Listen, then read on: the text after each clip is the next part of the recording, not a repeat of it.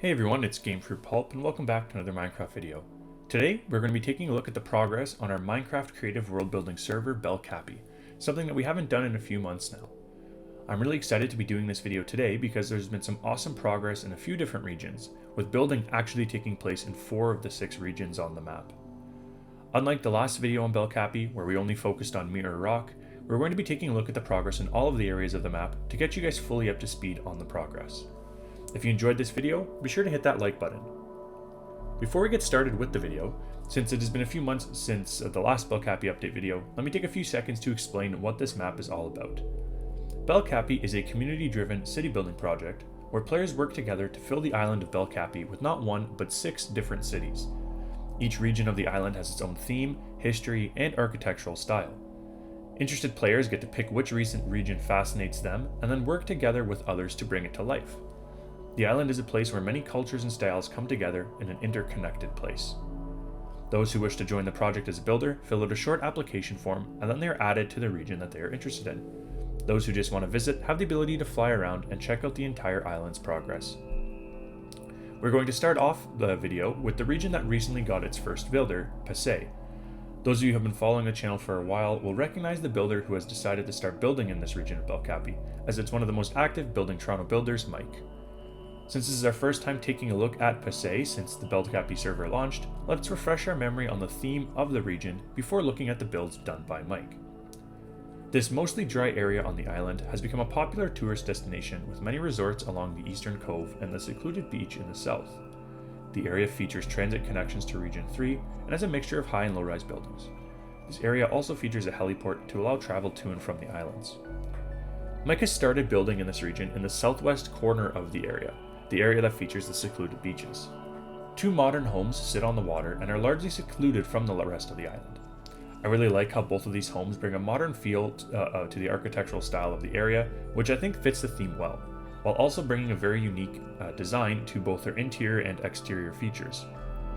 I personally think I prefer the rectangular shape build more because I really like how Mike integrated the stairs down to the beach into the design of the house.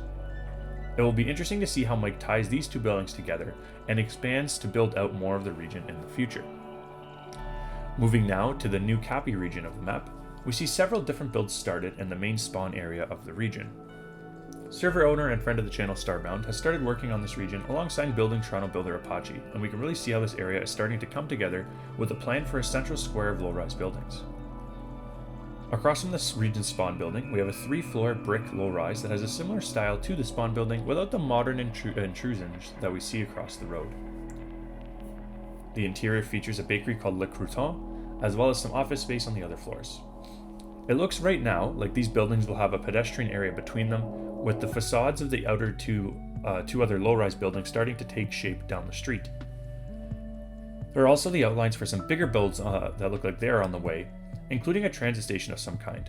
And looking to the west, we can also see a big flattened area along the coast, which excites me for what the future of this region holds. Moving now into the most well-known and developed region on the Belle Cappy map, we are going to take a look at Mirror Rock. For this video, we are going to be focusing on the development in the east end of the Mirror Rock region. It looks like there is development almost everywhere in this region, but it has been happening so fast that I honestly cannot keep up with what is new and what isn't, which is also a sign of how well integrated the area is being built. The build lead in this area is Lord Jinwa, with Nenula also working to build this area up. Looking at the area in the east, we see several high-rise towers that have been built. The towers are all attention-grabbing with sharp, bright colors, but are also working together well in the grouping to contrast one another and not stand out.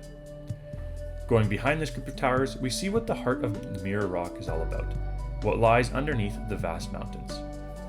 It looks like the terraforming work is still going on in this section, but I couldn't wait any longer to showcase you the amazing underground work in this area. An entirely new section of Mirror Rock.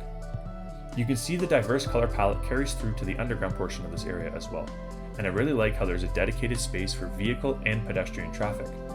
It looks like there are plans to build a hospital in this section, and the road underneath leads into the connections for the main road, as well as a section for future expansion.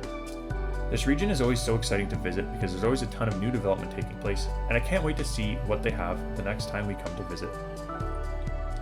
We're going to finish up our tour by visiting the region that I am a part of, although I haven't actually built anything there yet, and that region is of course the area of Posani. While I have not built anything in this region, other than the spawn building. Newfoundland, the other builder assigned to Posani, has been hard at work creating a beautiful pocket of builds at the west end of the region that captures the feel of the Italian countryside of Tuscany perfectly. The last time we visited this area, we had the first building by Newfoundland completed, but it lacked a finished interior. Now looking back and returning to the area, we can see that the interior of this building is finished and is now accompanied by a tennis court and a garage. But the focus for this showcase is going to be on the building that sits next door. Not only is this winery that sits on the hills of Posani beautiful by itself, but it also has some fabulous lore created by Newfoundland that I can't wait to share with you all. The Grand Posani Winery is located at Via Grande 500 West Posani, Belle Cappy. Originally, the land was settled by a family from Rio Maggiore, Italy in the late 1800s. With their adept knowledge for vinification, they were able to establish the first winery in the region using sandstone quarried from the mesas of Pasea. This sandstone formed the original structure of the building. In the 1900s and 2000s, the building has been expanded several times to include rooms for wine tasting and wedding events. The proximity of Pasea to Posani played a vital role in reducing the cost of acquiring the beautiful terracotta used in the new building's expansions. The climate of Posani is one of the best in Belle Cappy for producing wines, as it is sunny, has temperate temperatures, and mild rainstorms. The grapes, when harvested, are put through a machine that removes stems and is pumped into fermentation tanks. Along with the grapes, yeast and oxygen are added to the tanks for a fermentation period of around 25 days. Afterwards, the wine is pressed to remove grape skins and put in barrels in its wine cellar for aging. From there, the wine is shipped to another facility on the island to be bottled. So we can see here in this lore by Newfoundland that not only is there a plan for the winery itself, but also for another facility somewhere on the island where the wine is going to be bottled. After this amazing lore created by Newfoundland for this winery, I don't think there's anything really else to add. I love how the story of the build is tied beautifully into the other regions of the map, and it as a whole beautifully captures what we are looking to achieve with the Belle Cappy project. That is going to be everything for the video.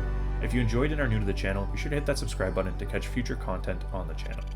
If you're a returning viewer and you enjoyed, be sure to leave a like and share the channel with your friends so that we can continue to grow our community. If you want to check out the Belle Cappy server on the Uneasycraft project for yourself, you can join it at creative.uneasycraft.net. Thank you all for taking the time to watch the video. I hope that you enjoyed it. My name is Gamefruitpulp, and this has been a Minecraft Belle Cappy creative video. I'll catch you guys all next time. Have a good one.